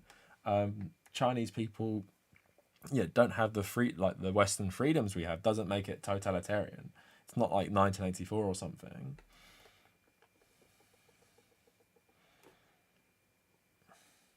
Yeah, it's like saying India is an ethno state because Modi is a fucking Hindu nationalist. And of course, you can argue Modi is a fascist. The BJP are a bunch of fascists who would want a a totally Hindu country. But India is insanely diverse, just like China is. They're not ethno states. Even if the ruling party in these countries do have ideas about ethnicities and do have designs on like wanting these ethnicities or religious groups to dominate, you cannot say that you know, even even Israel, like even Israel, I would say, which is more towards being an ethno state, isn't isn't an ethno state in like the Nazi German form, but it is verging on like wanting to be an ethno state. But there's like 3 million non Jews who live in Israel proper. But then there's obviously lots of Israelis, especially the settlers, who do want Israel to be an ethno state, and right wing Zionists who want Israel to be an ethno state. So there's an ideology there. I wouldn't say there are too many ethno states that exist. I'd say Israel is probably one of the closest examples. China and India, 100% definitely not though.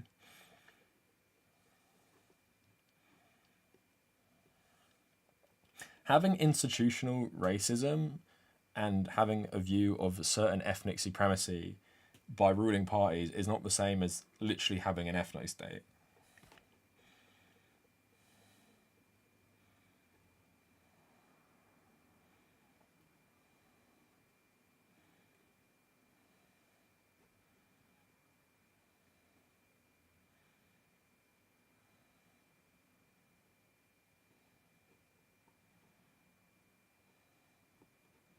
Yeah, even people say even Japan, which is held up as an ethno state, is not an ethno state.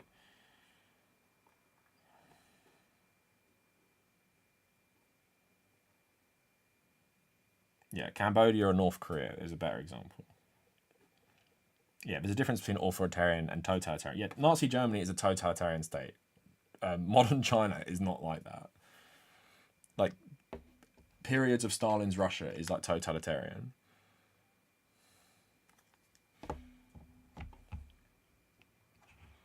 But it's like you couldn't say, it's like, you know, if you say China's an ethno state, you might as well say the fucking Soviet Union was an ethno state when it wasn't. But it is clear that ethnic Russians did have a higher place in this like racial ethnic hierarchy, but it doesn't make it an ethno state. Whereas like somewhere like Israel has like specific laws and policies designed to keep a certain ethnicity like a higher percentage of the population. And Zionists argue like we cannot have an Arab majority in Israel and shit. Like that's way closer to ethno state than anything else in the world. Especially considering, you know, Israeli Jews are now the majority in Israel as well.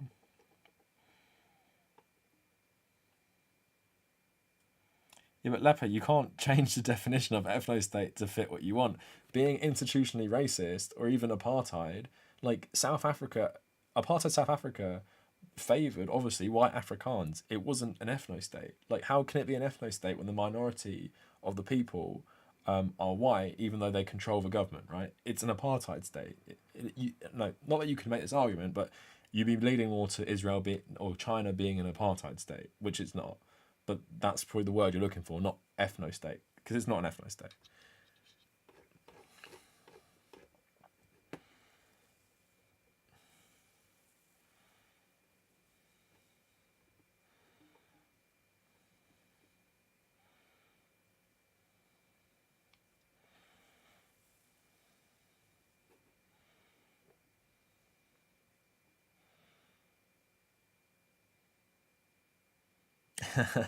Thanks, Carson. I missed my Chris Pratt cosplay I did last year. Okay, but Leper, the US are very harsh to black people. Is the US an ethno state?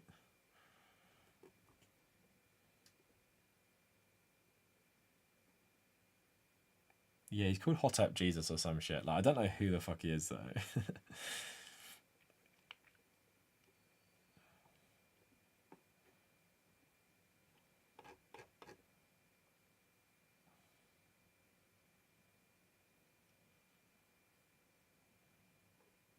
Yeah, so Raina's saying a lot of the info we hear on China that Uyghurs comes from the CIA, as does a lot of info we hear about what Russia's doing. Yeah, so I read an interesting article about the Uyghur stuff, and what was pretty disappointing is a lot of lefties read the article and were like, "Well, see, this never happened. Like, there's no discrimination going on. It was all invented." But that's not what the article was saying. The article was, I think, a Western reporter who went to what's the region called? Where the region that the Uyghur are predominantly in, and they went round and to see what was really happening there. And what they found was a lot of like systemic discrimination against Uyghur people, like displacement from their jobs and stuff.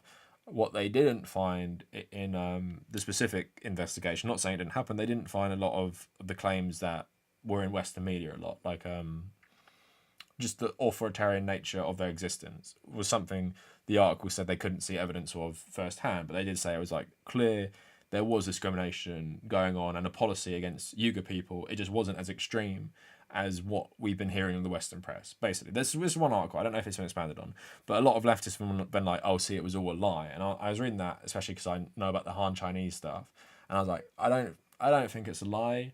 Obviously, the CIA and US media are gonna like probably exaggerate it in some form or another.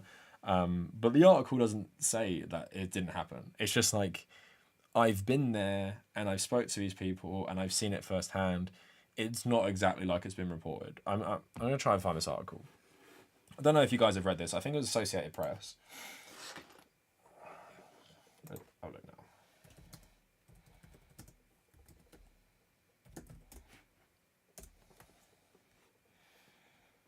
I think it's this one.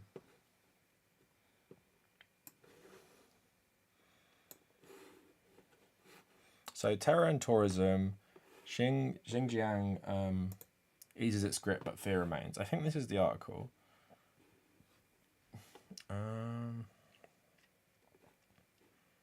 So 4 years ago, after Beijing launched a brutal crackdown that swept up 1 million or more Uyghurs and other Muslim minorities into detention camps and prisons, its control of Xinjiang has entered a new era. Chinese authorities have scaled back many of the most draconian and visible aspects of the region's high-tech police state. The panic that gripped the region a few years ago has subsided considerably, and a sense of normality has creeped back in. Right. So this article, yeah. So basically, this is a lot of lefties were saying this proves nothing happened.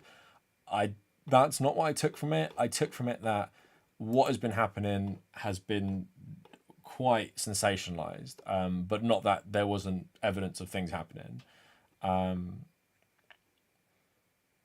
So yeah, there's no doubt the terror of the last 4 years is everywhere. It's seen in Xinjiang cities where many historic centers have been bulldozed. Yeah, so this is what I was talking about, like the ethnic cleansing stuff. And the Islamic call to prayer no longer rings out. It's seen in Kashgar, where one mosque was converted into a cafe, and a section of another has been turned into a tourist toilet. It's seen deep in the countryside, where Han Chinese officials run villages, and it's seen in the fear that was ever present just below the surface on 2 rare trips to Xinjiang I made for the AP on a state-guided tour for the press.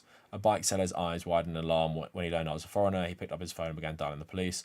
A convenience store cashier chatted idly about its decline in sales, then visited by shadowy men tailing us. When we dropped by again, she didn't say a word, instead making a zipping motion across her mouth, pushing past us and running out of the store.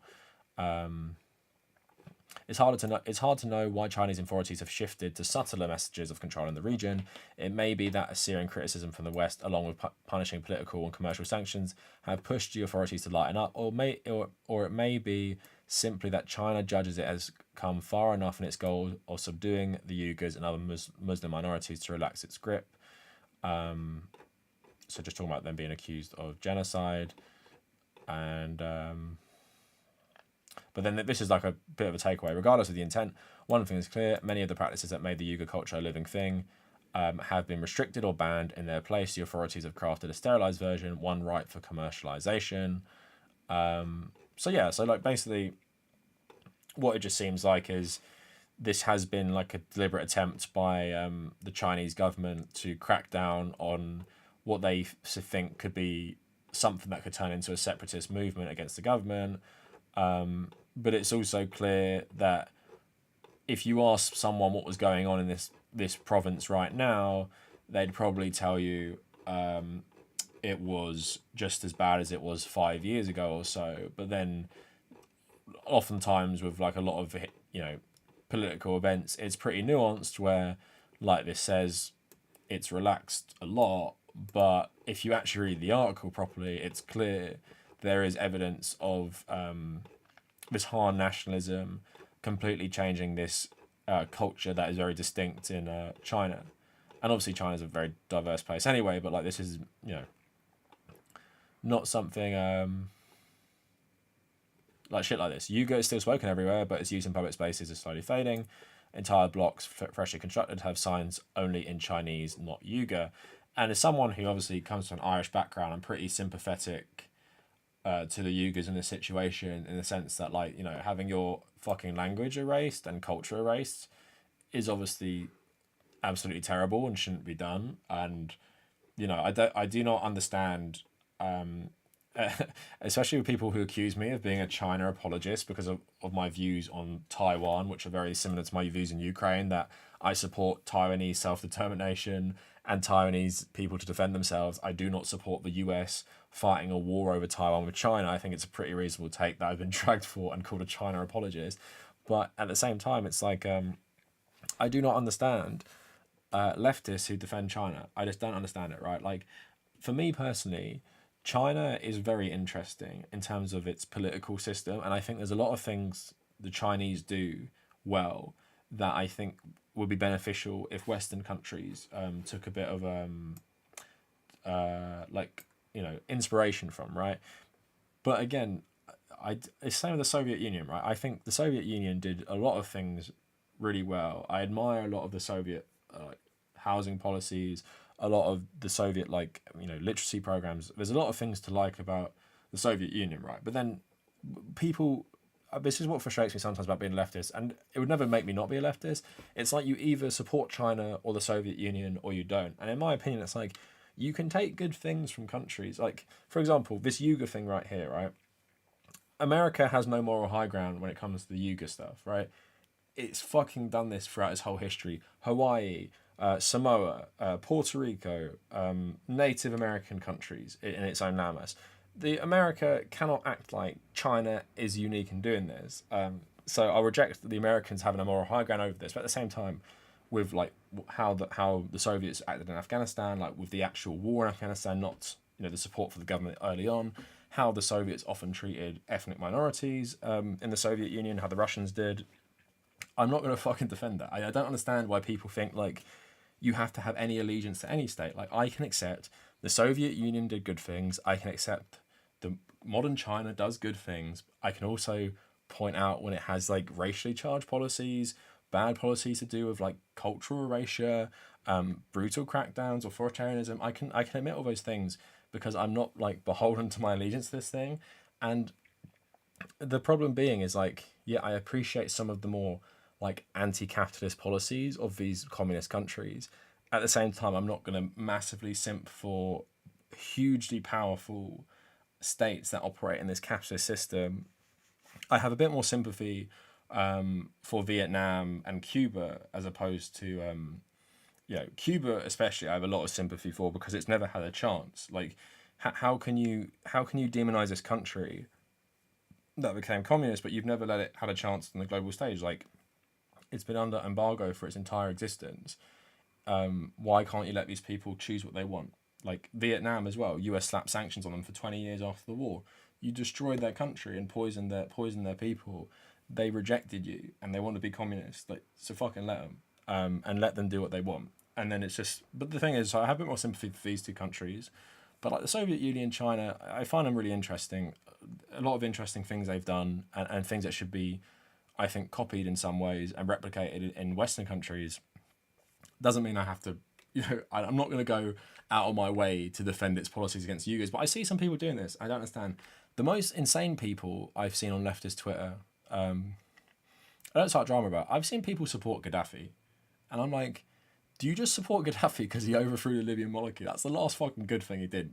Gaddafi wasn't a fucking insane dictator. I'm not gonna be a simp for Gaddafi. But then the nuance is, I also didn't support him getting overthrown either, because why would I support that? Like, support Western imperialism, turn Libya into a hellhole. I don't support that. And it feels like sometimes, if you say something bad about the Soviet Union or China, some people will dogpile you. If you say anything good about them, way more people will dogpile you as well.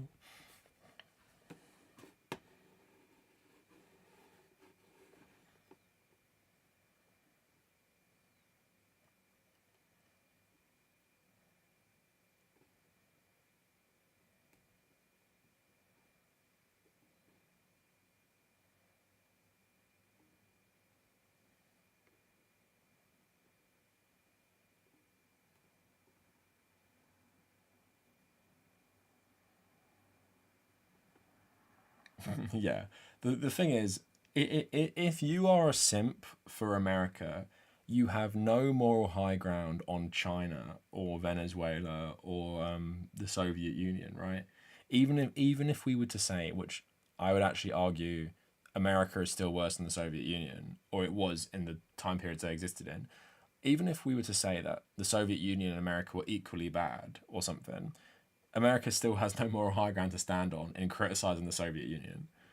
But Americans think they do. Like, if you are an American patriot, you have no moral high ground to criticize fucking any country, as far as I'm concerned. Because that means you're okay with the status quo that America created. You're okay with the Saudi genocide in Yemen. You're okay with the Israeli genocide in Palestine. You're okay with US Middle Eastern wars that kill millions of people. You're okay with all that stuff because you must be. If you're an American patriot, believe America is what's best for the world, you must in some ways agree with this shit.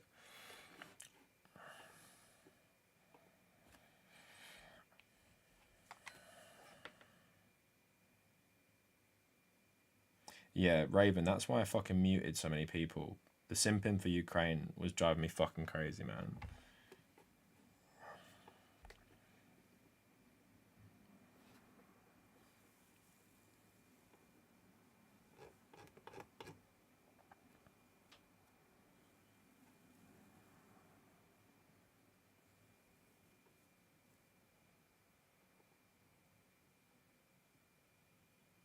Yeah, it's like Bush criticizing Putin for the Ukrainian war when he did Iraq.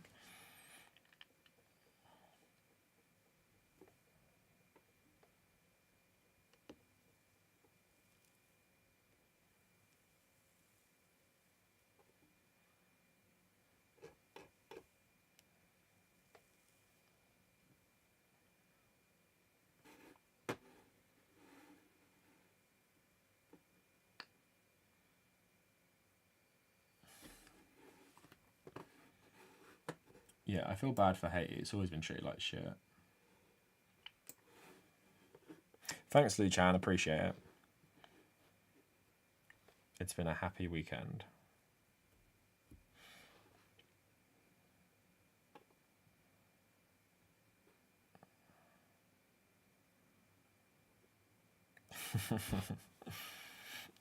Yeah, they're all going to hell.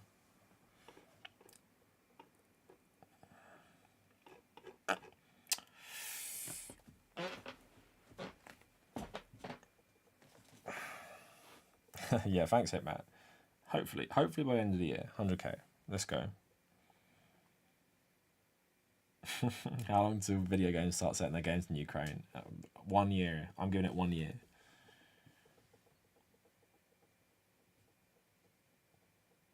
It is fucking mad how the US has the highest prison population, especially because the way they talk about China, you'd think China would. China also has like 3 and like a quarter times the population of the US as well. The UK is one of the most surveilled places as well. It's why they based the latest watchdogs in London. Yeah, Cheney got those Armstrong nanomachines. Yeah, maybe Andrew.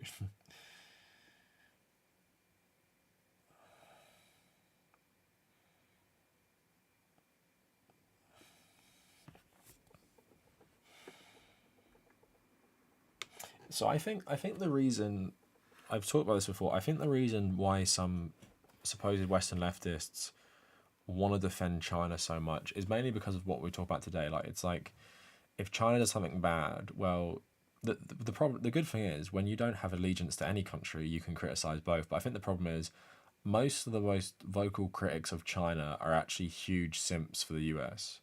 So when you're a huge simp for the US, your criticism of China, for me, is pretty hollow because if you're okay with what the US does and you're outraged about what the Chinese do, then I can't take it seriously. It means you have no moral consistency.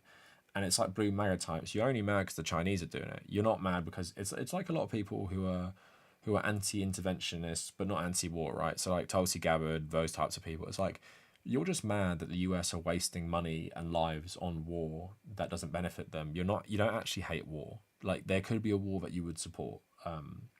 That wouldn't necessarily be justified. It depends on the parameters.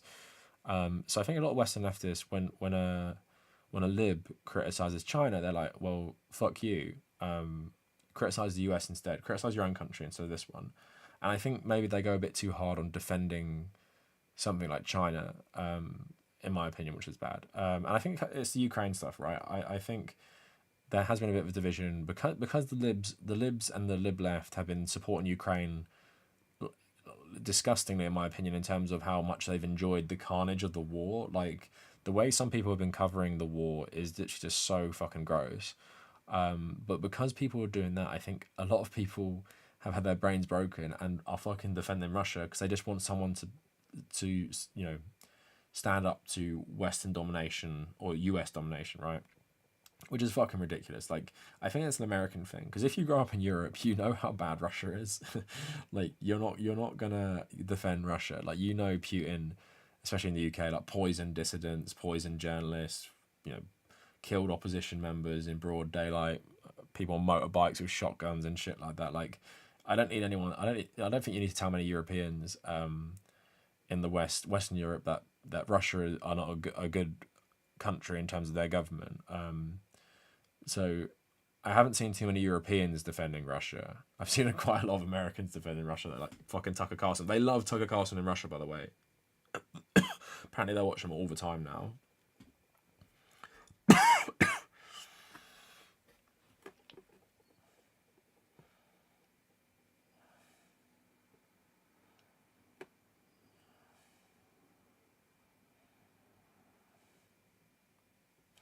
Didn't Seymour Hersh break Iran-Contra? And he's still alive.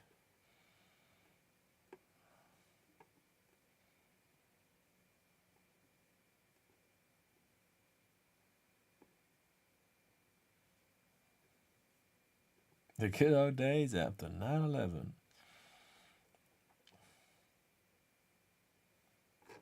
Give war a chance. Hobbit125, thanks so much for the really kind $10 donation. Really appreciate that. Been listening to your channel a lot lately. First time catching you live. Keep up the good work. Hobbit, thank you so much for that super chat. Really kind of you just to give me one to say something nice about my channel. What has been your favourite video so far?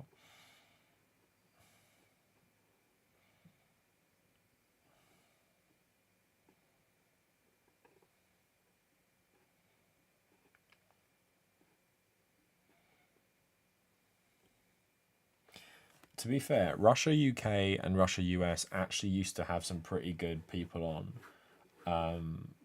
But I guess they've always been a bit silent on Russia. And then once the war started, I guess the US and UK governments couldn't tolerate them anymore.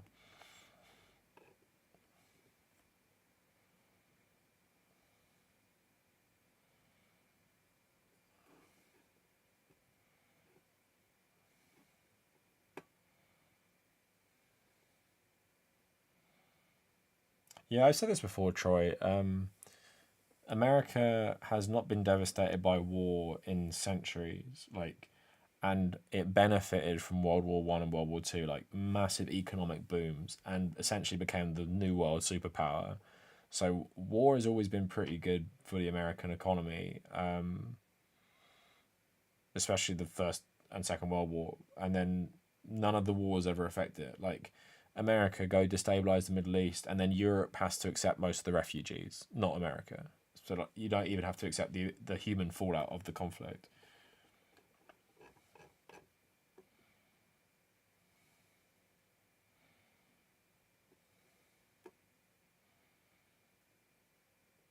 Okay, Katie, did the date not go well? Are you asking about that?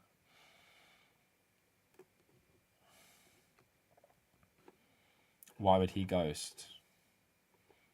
I'll wait for you to reply first. Backy, hating Republicans doesn't make you a leftist. Oh, Hobbit. Yeah, I've enjoyed making that both of them, actually. I'm glad you enjoyed them. But thanks so much for the super chat. Really appreciate it.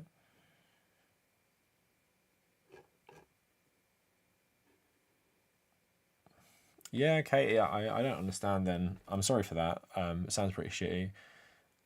It could be loads of things. It could be nothing to do with you, just to do with him. Like maybe he just didn't want a commitment.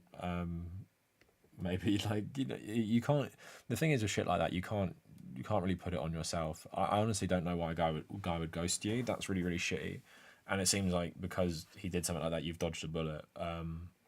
I can imagine plenty of reasons why a guy would actually have a good time and like you, or just like anyone, and get cold feet and not want to go through with it. I can't really understand if that guy was being genuine. Did he have really bad social anxiety? Like he couldn't break it off with you in person or something? I don't know. Or just tell you or over text. All right, so with something I've been doing lately, there is a channel that streams Metal Gear Solid games 24/7, and I've been having it on my TV for the last week, and I keep stopping and watching. Like I'm looking at it right now because it's Raiden Snake at the end of Metal Gear Solid 2, and I keep watching it like 20 minutes at a time, and it making me more obsessed with these games. And I've played them all, and I've completed them all, but I haven't played a lot of them in fucking years. The Metal Gear Solid 2, I have not played since like fucking 2013 or something. And I'm watching it right now, and I just want to play it so fucking bad.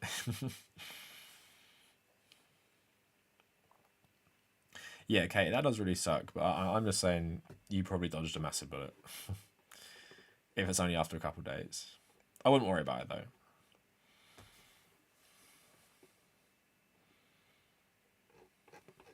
I wouldn't get too hung up on it. Troy saying autistic people sometimes ghost. I mean, I have no, uh, you know, unless you're talking from experience, I don't know what's really think about that. But yeah, Katie's saying I have ADHD and I miss social cues, so there's no excuse. Oh, Andrew, have you played 5 before? Yeah, that's a brutal bit. All those people you recruited. Benjamin, I played Metal Gear Rising. It's on my stream archive channel, Kavernacle Extra.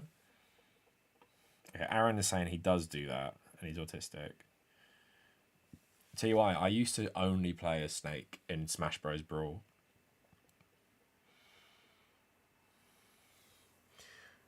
Yeah, Metal Gear Solid 2 is fucking sick. Like, it's aged well. Like, I'm impressed by some of the graphics on that. The only thing that's bad is the lip syncing.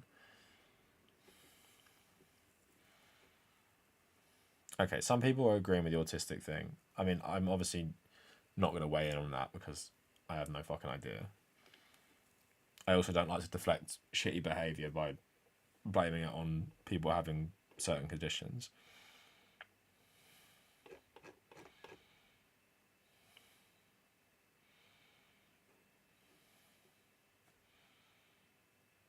Yeah, Johnny, I think that sorry about that as well, by the way. Sorry about your mum. I think that makes way more sense though. Like that's actually like a legit reason. Oh, nice. You played it before, Andrew. Andrew, did you like the twist or did it hurt? The twist hurt me, but I think I've appreciated it more as time has gone on. I did not like it when I first played it though.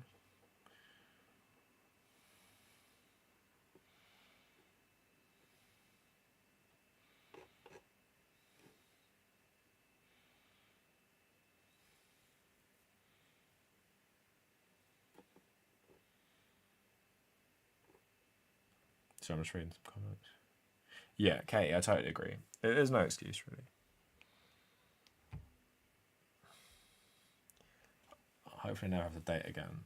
I was at a barbecue on Saturday. Also, who liked that fucking picture I posted, the communist kiss train? That was so fucking funny. So I was at some like barbecue thing on Saturday, and the guy whose birthday it was, he's my friend, and his girlfriend. We were talking because I met on Hinge. Hinge is like some sort of Tinder clone thing, but there's like different. I think it's meant to be a bit better. And we are just talking about like how shitty dating is, and yeah, and she was talking about like how many bad experiences she's had on those apps and stuff, and I'm just like, I really hope I never have to do that. It's so crap. Andrew, I agree. And also Andrew, there is if you type in, I think it's like Metal Gear Solid, like 5 comic ending. Someone has made a really fucking good like fan made animation of the original Metal Gear, and it has Venom and Big Boss talking to each other, and the guy who does Venom's voice sounds exactly like Kiefer Sutherland. It's really good. Like, and the way it ends it makes me wish this was the end of Metal Gear Solid 5. Like after Venom is killed by Solid Snake.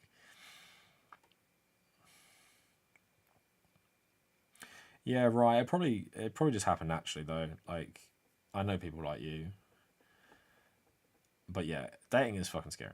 Last Days Out of Heaven. Oh, you've seen it. You've seen it. It's fucking sick. It's fucking sick. Also, on the Metal Gear chat, one thing I will say about Metal Gear Solid 5, as much as I like Troy Baker as Ocelot, Metal Gear Solid Ocelot is not the same character as Metal Gear Solid. Like, I can believe Ocelot in Metal Gear Solid 3 is Ocelot in Metal Gear Solid 1 and 2 and 4. I cannot believe, even though in Metal Gear Solid 4 it's mostly a fake liquid, I cannot believe that Metal Gear Solid 5 Ocelot is any of them. Like, he literally just does not act like Ocelot. It's trying to make Ocelot more like cool and normal. Ocelot is always fucking like really flamboyant, and the fifth one is just not like the others for some reason, and it doesn't make any sense because if you had the young one being flamboyant and the old one not being, I could see it, but it's like no, the young one is really flamboyant. The old one is really flamboyant. I just watched the scene in Metal Gear Solid 2 where he shoots all those Marines in the tanker mission, and he's like spinning the guns and shit. Like, okay, not the same character. Yeah, Elefunk, I don't really know about Death Stranding 2, like what it'll be dealing with.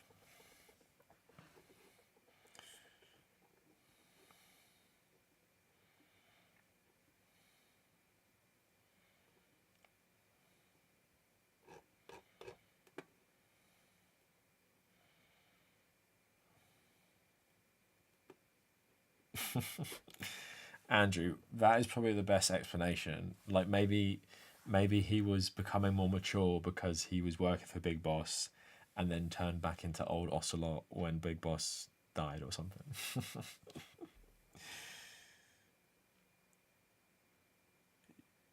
Johnny, you are missing out on a fucking lot. Um, you haven't played past 3. 4 is amazing, but it's dense as hell, but like it's so good. Um, Peace Walker and 5 are really good.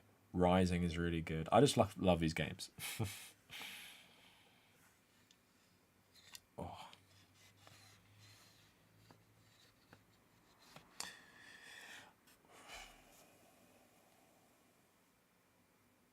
Big Boss and Ocelot. Yeah, but Big Boss doesn't love Ocelot though. Ocelot is just obsessed with Big Boss. Big Boss only loves the boss, pretty much, and maybe Eva to a really lesser extent. Do you think Kojima is a leftist? Kem, I've made like 6 videos on it. So go onto my channel and go to my video about Kojima and Miyazaki, and you can watch it for yourself. Yeah, Metal Gear Solid fan and full of right wingers. Yep, the biggest Metal Gear streamer is subscribed to Paul Joseph Watson. I forgot what his name is. Like George Salenk something. Yeah, I've done a thesis on this, and I'm watching it 24/7 now. Like it's literally on my TV right now. I'm watching the boss fight between Raiden and Metal Gear Ray. All right, I'm gonna wrap this up now just because it's late. So yeah, thanks everyone for tuning in the stream. I've got a video tomorrow about Amber Heard coming out probably, and it's mainly going to be about the trial, but about the fucking incel reaction to it, like how men's rights activists are just using it. Like, do not go onto the men's rights activist sub and type in Harvey Weinstein into the search bar because you get loads of people defending him. It's really fucked up, and obviously they're using the Amber Heard shit to push like anti-Me Too stuff. Oh, Jude, thanks so much for the donation, $5. Really appreciate that. Bought Blade Runner 2049. Yes, Blu-ray. We've got it fucking up there. There. From the trailer, it looks like a cyberpunk version of Drive. I love. Yes, Jude. If you haven't seen it, it's so fucking good. Make sure you appreciate it though. Watch it in one sitting, on a big TV, and it's better than the first one, in my opinion.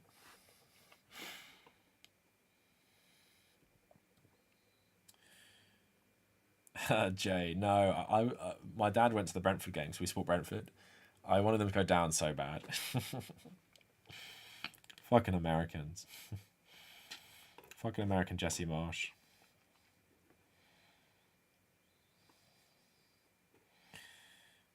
Nerd Rotting. Yeah, I know of him. Anyway, yeah, so tomorrow's video is about Amber Heard. I want to make maybe one about Ricky Gervais this week, but I'm not sure. I need to look at my list and see what I'm going to do. Anyway, I'm going to stream on Wednesday, so look out for that, and look out for my video tomorrow. Thanks for the super chats, people who donated, and yeah, just thanks for the good conversation, and I will see you on Wednesday if you guys will watch as well. All right then, everyone, watch my Joe Rogan video if you missed it, watch any videos you've missed, and yeah, that is pretty much it. So see